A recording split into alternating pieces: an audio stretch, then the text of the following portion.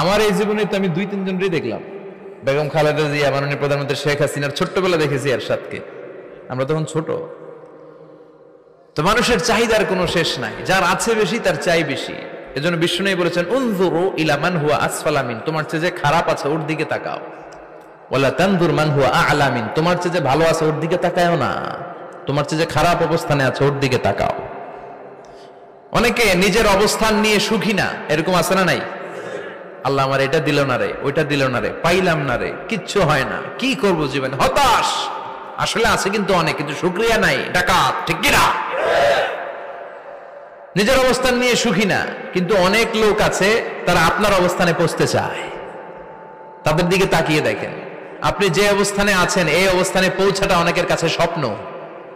তারা প্রতিনিয়ত সংগ্রাম আর স্ট্রাগল করে যাচ্ছে আপনার অবস্থানে পৌঁছতে, আর আপনি এটা নিয়ে সন্তুষ্ট না। শেখ সাদির নাম শুনেছেন?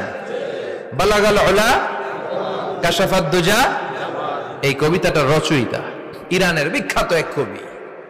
উনি একবার আর্থিক সমস্যার মধ্যে দিয়ে সময় কাটাচ্ছেন, টাকা নাই, পয়সা নাই, পায়ে দেওয়ার মতো জুতা নাই। উনি খুব দুঃখ পেলেন, হায় রে, আমি ইরানের এত বড় কবি, আমার পায়ে দেওয়ার মতো জুতা নাই। দুঃখ ভরা মন নিয়ে রাস্তায় হাঁটতে বেরোলেন। হাঁটতে হাঁটতে হঠাৎ দেখলেন একটা লোক শুয়ে শুয়ে কাঁদছে, ওই লোকটার 2টা পাই নাই, পাই নাই। উনি সেজদায় পড়ে গেলেন, আল্লাহর কাছে ক্ষমা চাইলেন, আল্লাহ অনেক দিয়েছো, শুকর আলহামদুলিল্লাহ। এজন্য যেই পরিস্থিতিতেই থাকি না কেন আমরা কি পড়বো? জোরে বলেন, কি পড়বো? এজন্য আল কানাতু মিনাল ইসলাম, অল্পে তুষ্ট থাকার নাম হলো ইসলাম। সম্পদ লাগবে কিন্তু সম্পদের পাহাড় লাগবে না, ঠিক কি না?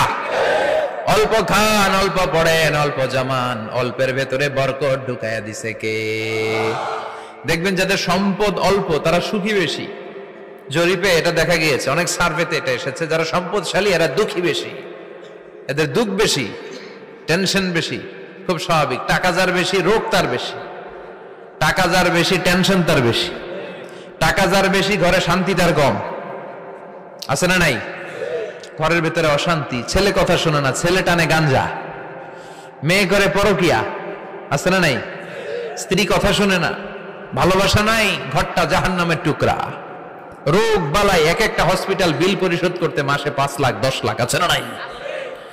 কিছু খেতে পারে না, ডাক্তার একেবারে ডায়েট মেনু বেঁধে দিয়েছে, ডায়েট, ভেরি ডায়েট মেনু, এটা এটা এটা এটা কিছুই খাবেন না, শুধু গরু খাবেন না, খাসি খাবেন না, চিংড়ি খাবেন না, খালি ঘাস খাবেন, ইচ্ছে মতো ঘাস খাবেন, মানে ঘাস জাতীয় যত আইটেম আছে সব খাবেন, শাক খাবেন, সবজি খাবেন, সালাদ খাবেন, গরু, চিংড়ি, মুরগি, গোশত, ইলিশ কিছু খেতে পারে না।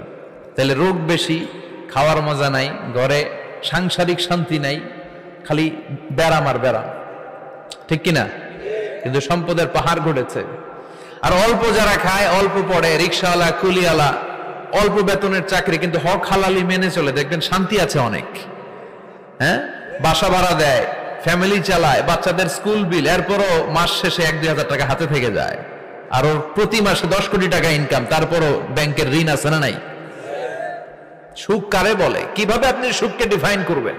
সুখ তো টাকায় কিনা যায় না, শান্তি টাকা দিয়ে হয় না, শান্তি দেওয়ার মালিক কে? শান্তি আছে অল্প খেয়ে শুকর করার মধ্যে, শান্তি আছে আলহামদুলিল্লাহর মধ্যে, চিল্লায় বলেন ঠিক কিনা? এজন্য অল্প খাবো, অল্প পড়বো, অল্প জামাবো, অল্পের ভেতরে বরকত দিয়েছে কে? দেখেন ধনী ভাইরা খেতে পারে না, কিন্তু রিকশালার কি সমস্যা হয়? রিকশালারা সব খেতে পারে, কুলিওয়ালা, দিন মজুর, এরা একেবারে স্লিম সুঠাম দেহি, মেদহীন পেট, পেটে কোনো মেদ নাই, ভুড়ি নাই। আর কোটিপতিদের মেদ আসারা নাই, এত বড় বড় পেট, ঠিক কিনা? আমাদেরও পেট আছে, তবে হালাল পেট, এটা হারাম টাকা দিয়ে এই ভুড়ি বানাই নাই আমরা, ছেলে বলেন ঠিক কিনা? রিকশাওয়ালা, কুলিওয়ালা নিজেও নামাজ পড়ে, বউ নামাজ পড়ে, বাচ্চাটাও নামাজ পড়ে, রিকশা চালায় আর জিকির করে লা ইলাহা